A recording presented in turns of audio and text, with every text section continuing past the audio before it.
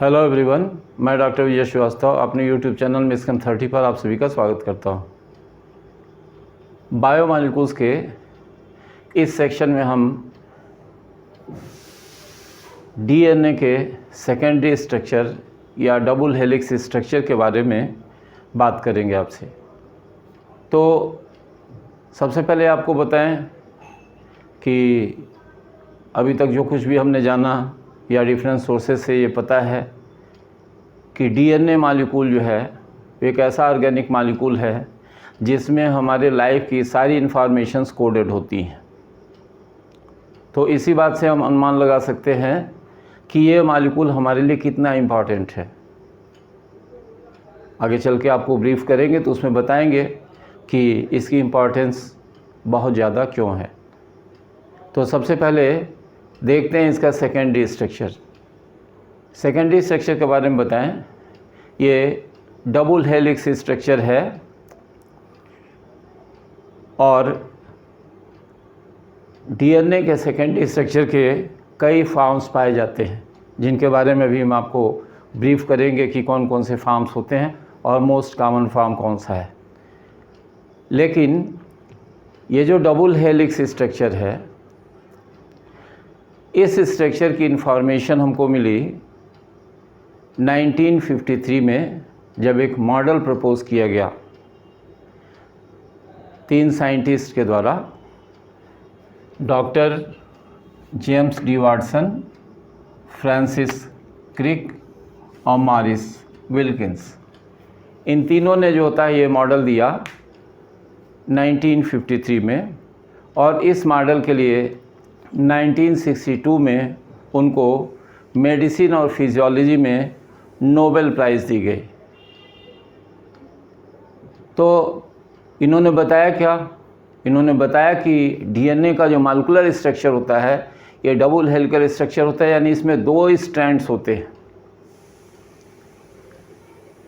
Polynucleotides के 2 strands इसमें होते हैं, जो एक सेंट्रल एक्सिस के अराउंड राइट हैंडेड फैशन में स्पाइरली अरेंज्ड होते हैं।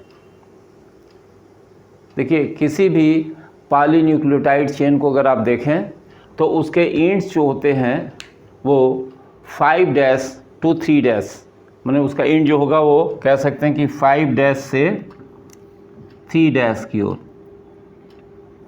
ये तो इसमें 2 पॉलीपेप्टाइड चेन्स हैं, दोनों में 5' 3' एंड्स होंगे।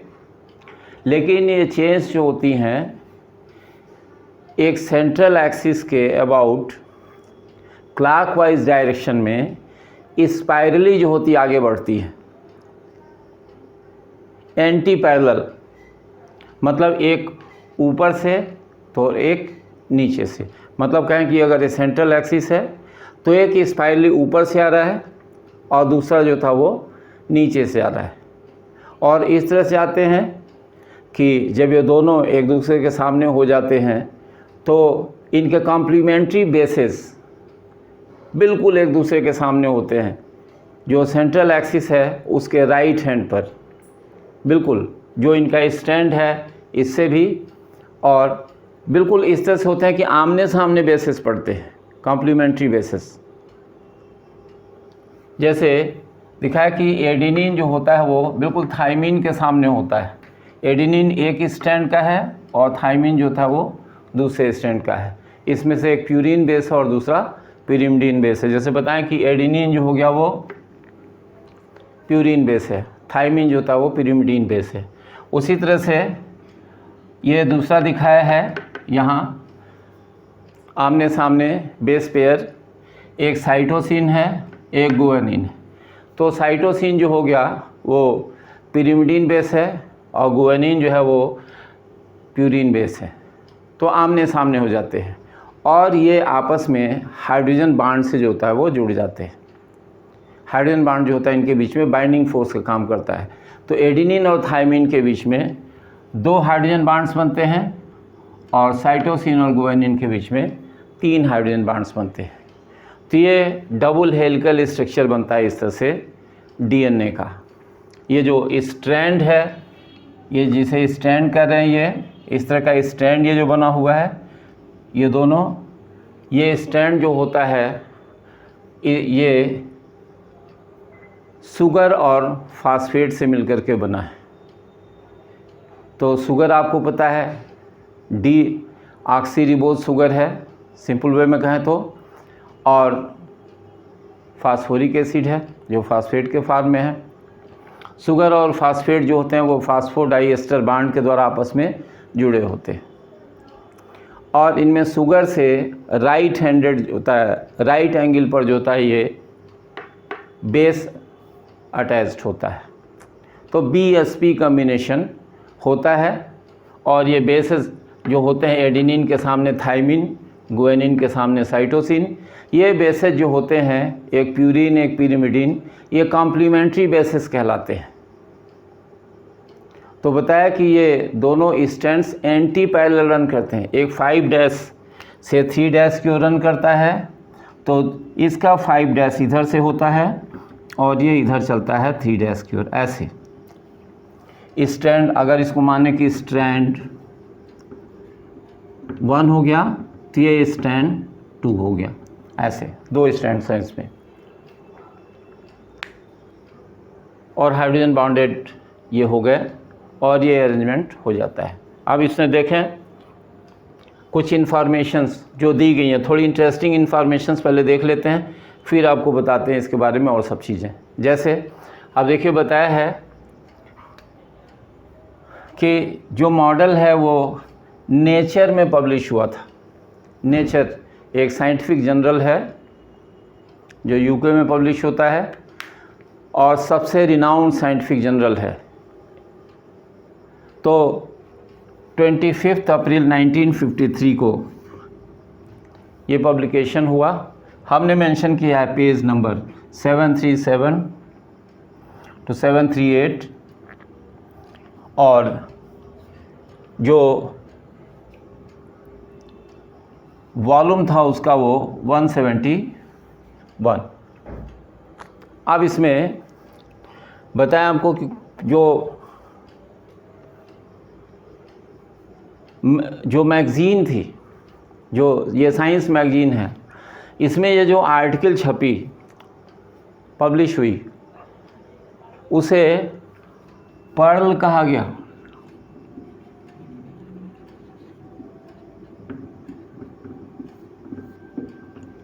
पर्ल का मतलब आप जानते हैं,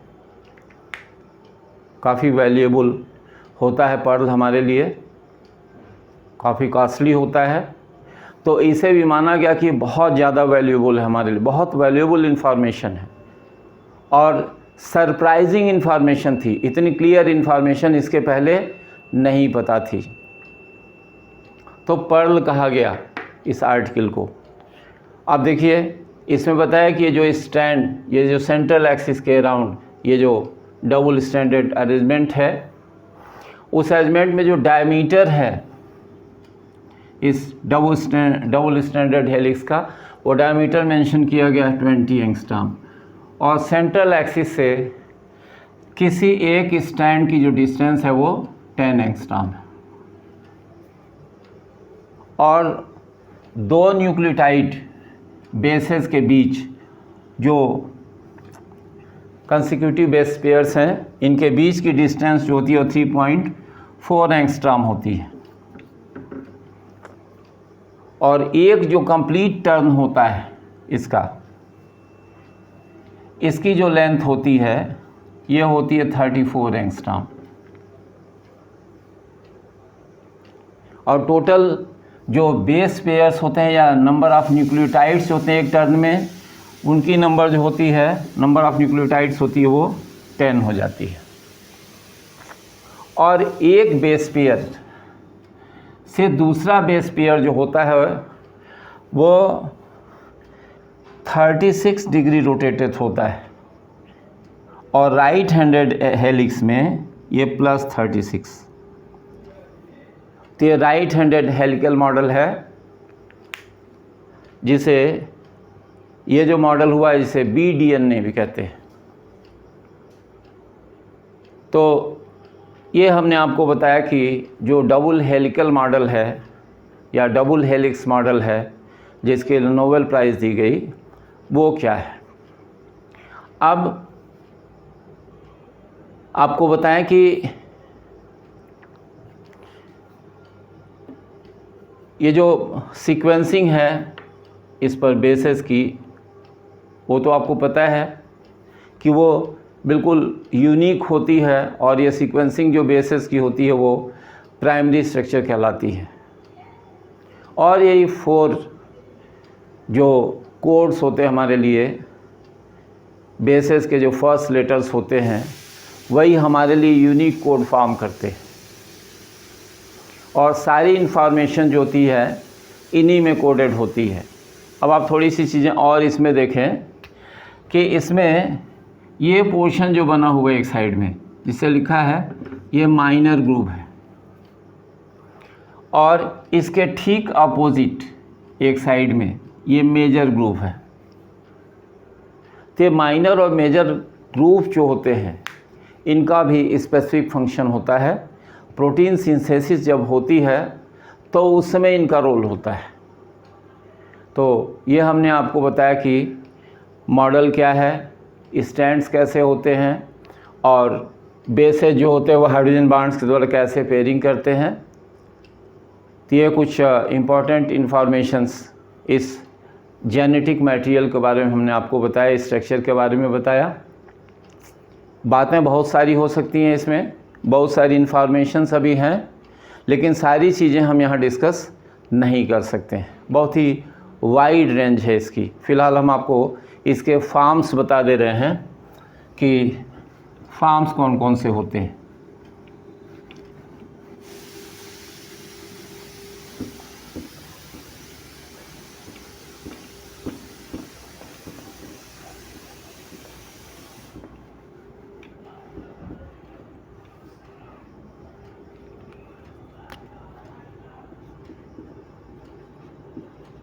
forms of DNA. Forms of DNA में आपको बताया A, B, C, D, E and Z, ये कुछ फॉर्म्स हैं, जिसमें ये B डीएनए जो होता है ये राइट हैंडेड,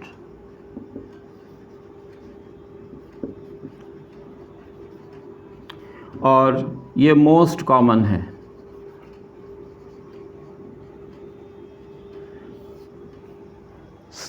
ऑर्गेनिजम्स में, लिविंग सिस्टम्स में सबसे ज़्यादा पाए जाने वाला जो डीएनए का फॉर्म होता है वो होता है बी डीएनए, और ये लेफ्ट हैंडेड है।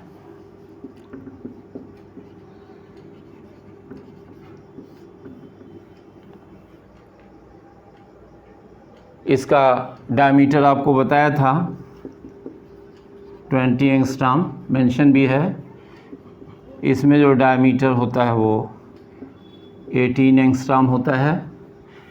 इसमें जो फाई होता है वो 23 एंगस्ट्रॉम होता है।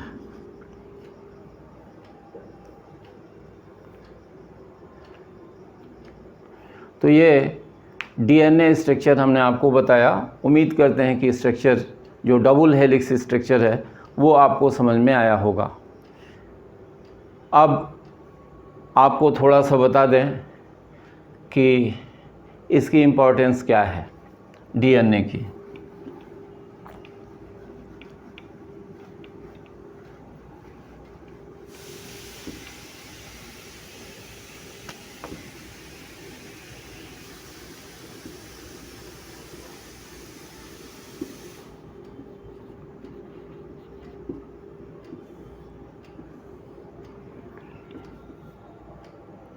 आपको बताएं कि जो बेस सीक्वेंस होता है किसी भी इंडिविजुअल के डीएनए में वो यूनिक होता है, और ये जो हमारी फिंगर है इसके टिप्स पर जो भी इम्प्रेशंस हैं वो इम्प्रेशंस कहलाते हैं डीएनए फिंगरप्रिंटिंग। हम आप सभी जानते हैं कि जब लिटरेसी रेट बहुत कम थी, मेजॉरिटी में लोग अनएजुकेटेड थे, तो उनसे किसी पेपर पर साइन कराना होता था तो कहते थे सिग्नेचर नहीं कर सकते, तो लेफ़्ट हैंड थंब इम्प्रेशन लगाते थे और बहुत उस तरह से उसको मानते थे सोसाइटी में, कहते थे अरे इलिटरेट आदमी है, इसे कुछ आता नहीं इसलिए थंब लगाया है। आज तो हम बहुत एडवांस स्टेज में हैं, डीएनए फिंगरप्रिंटिंग पढ़ रहे हैं, स्पेस पर रिसर्च कर रहे हैं, हम मार्स जुपिटर पर जाने की बात कर रहे हैं। लेकिन इस टाइम भी ये जो थंब इम्प्रेशन है इसकी इम्पोर्टेंस कम नहीं हुई है, ये पहले से ज़्यादा बढ़ गई है। अब कहते हैं आज थंब इम्प्रेशन जब लगाते हैं आइडेंटिफिकेशन के लिए, अपनी अटेंडेंस के लिए या किसी अन्य पर्पज़ के लिए, तो कहते हैं ये बहुत एडवांस टेक्नोलॉजी है। तो ये टेक्नोलॉजी तो बहुत पहले से काम करती थी, हमें और आपको पता नहीं था इसके बारे में। तो डीएनए फिंगरप्रिंटिंग का जो कोड है, ये जो टिप्स पर जो इम्प्रेशंस बने हैं वो यूनिक आइडेंटिफिकेशन है। जो बेस के जो कोड्स होते हैं, जो बेस का जो अरेंजमेंट होता है, ठीक वही अरेंजमेंट यहाँ के लिए एप्लीकेबल होता है डीएनए का। और एक सिंगल सेल में, या कह सकते हैं बॉडी में जितने भी सेल्स हैं, हर जगह सेम अरेंजमेंट लागू होता है। आप चाहें तो जितनी भी टेक्निक्स अभी तक नोन हैं उसकी सहायता से अगर कोशिश करें कि हम इस कोड को चेंज कर दें तो ये पॉसिबल नहीं है। तो आपको पता है कि डीएनए जो फिंगरप्रिंटिंग या डीएनए के द्वारा जो आइडेंटिफिकेशन हुआ, उसमें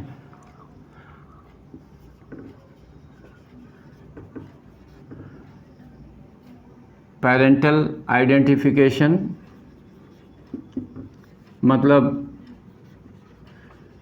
किसी चाइल्ड के बारे में पता करना हो, क्लेम बहुत सारे लोग कर रहे हैं, तो हम पता कर सकते हैं कि उनके पेरेंट्स कौन से हैं।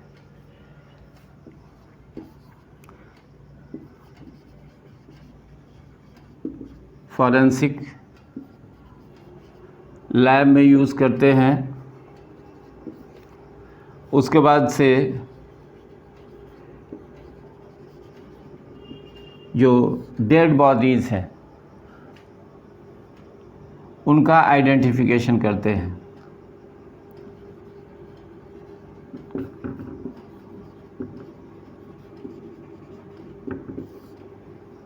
जो लोग क्लेम करते हैं बॉडी का, उनके डीएनए से मैच करके। और अगर किसी पर्सन या किसी स्पीसीज़ का रेशियल इवोल्यूशन और हमको फिर से रीराइट करना है, इस रेशियल इवोल्यूशन की रीराइटिंग होनी है,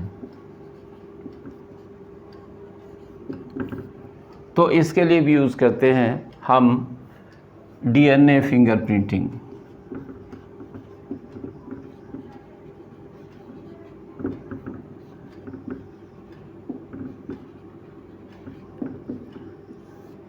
तो ये हमने आपको कुछ इम्पॉर्टेंट चीज़ें बताई डीएनए के बारे में।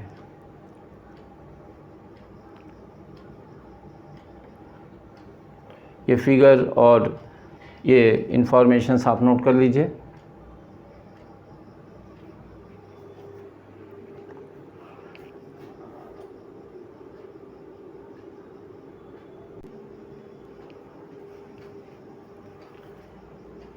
अब हम आपको थोड़ा सा बताएं स्ट्रक्चर ऑफ आरएनए। आरएनए का स्ट्रक्चर कैसा होता है। तो आरएनए में भी स्ट्रक्चर में भी दो चीज़ें, मतलब दो स्ट्रक्चर्स, एक प्राइमरी और एक सेकेंडरी। तो इसमें भी प्राइमरी स्ट्रक्चर में भी सीक्वेंस ऑफ बेसेस का जो सीक्वेंस होगा वो प्राइमरी स्ट्रक्चर होगा, और इसमें जो था वो स्ट्रक्चर सिंगल स्ट्रैंडेड होता है, मतलब सिंगल हेलिक्स होगा। इसमें आपने देखा कि डीएनए में डबल हेलिक्स और इसमें सिंगल हेलिक्स या सिंगल स्ट्रैंडेड स्ट्रक्चर होता है। जो बेसेस होते हैं इनमें एडेनिन होगा, गुआनिन होगा, साइटोसिन होगा और यूरेसिल होगा। यानी ये हो गए प्यूरीन बेसेस और ये दोनों हो गए पिरिमिडीन बेसेस। डिफरेंस क्या हुआ? डीएनए में इसकी जगह पर ये थाइमिन था, ये जो होगा वो डीएनए में था, मतलब थाइमिन की जगह पर जो था वो यूरेसिल होता है इसमें। और ये तो बेसेस का डिफरेंस बताया। उसके बाद से शुगर की बात अगर करें तो इसमें रिबोज शुगर होता है। तो रिबोज शुगर के स्ट्रक्चर में आपने देखा है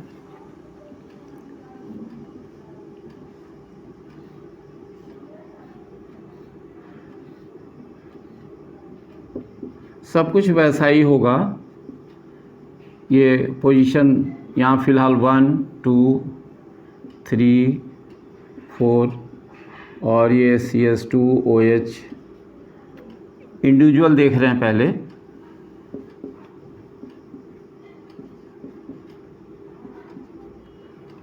तो यहाँ पर ये पोजीशन 2 पर ये यहाँ ऑक्सीजन मौजूद है, यानी OH ग्रुप है, ये रिबोज शुगर हो गया। जबकि ये आरएनए में है। डीएनए में हम लोगों ने देखा था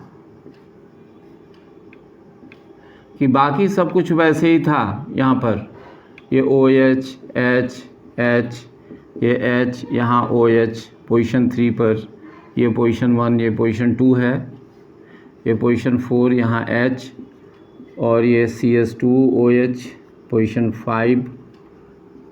तो देख रहे हैं पोजीशन 1 3 4 5 ये सब कुछ सेम है, और लेकिन यहाँ पर जो था ये हाइड्रोजन हो गया।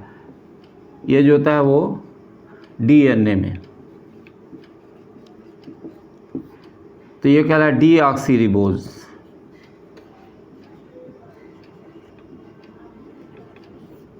तो ये डिफरेंस हो गया, इसमें रिबोज शुगर है और डीएनए में डीऑक्सीरिबोज शुगर था।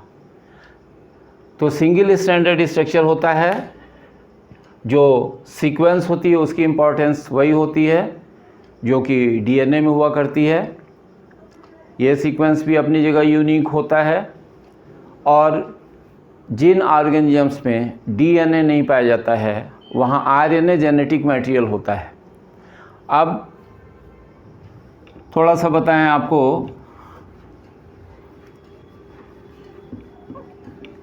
आरएनए के टाइप्स के बारे में।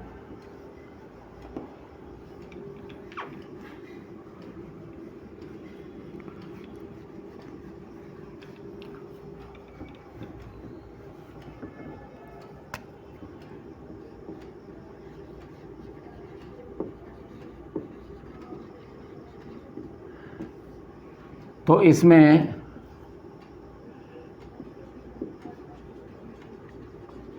रिबोसोमल आरएनए या आरएनए, मैसेंजर आरएनए,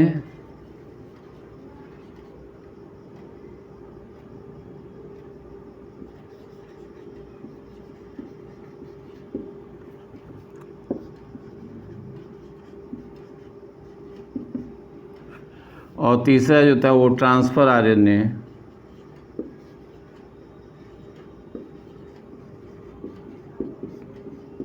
tRNA। ये तीनों जो RNA हैं इनके अलग अलग फंक्शंस होते हैं बॉडी में, और हर एक का रोल जो होता है वो अपनी जगह बहुत इम्पॉर्टेंट होता है। RNA में एक मॉडल जो होता है बहुत इम्पॉर्टेंट होता है, जिसे कहते हैं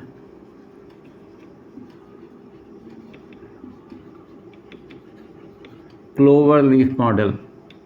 डिटेल डिस्कस नहीं करेंगे,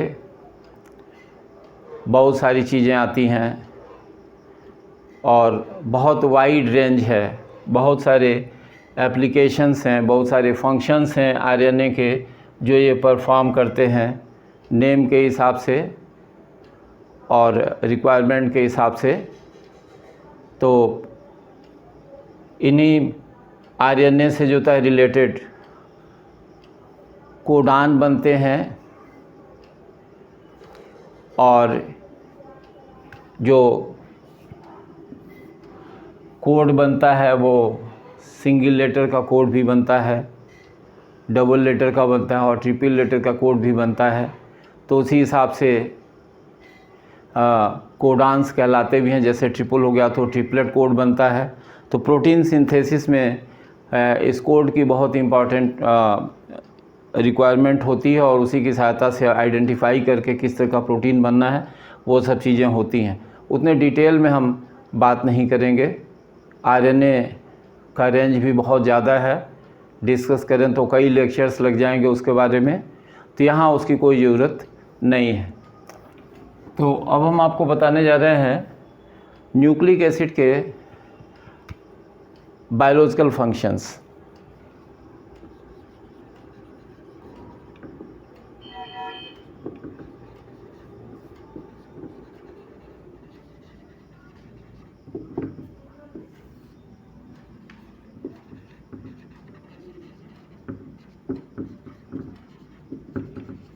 तो न्यूक्लिक एसिड्स के दो इम्पॉर्टेंट बायोलॉजिकल फंक्शंस हैं। पहला रेप्लिकेशन और दूसरा प्रोटीन सिंथेसिस।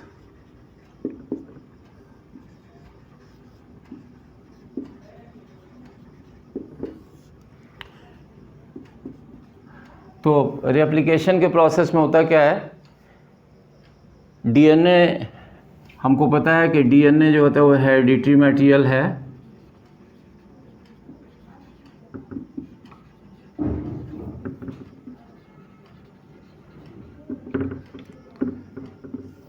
जब भी रिक्वायरमेंट होती है तो DNA जो होता है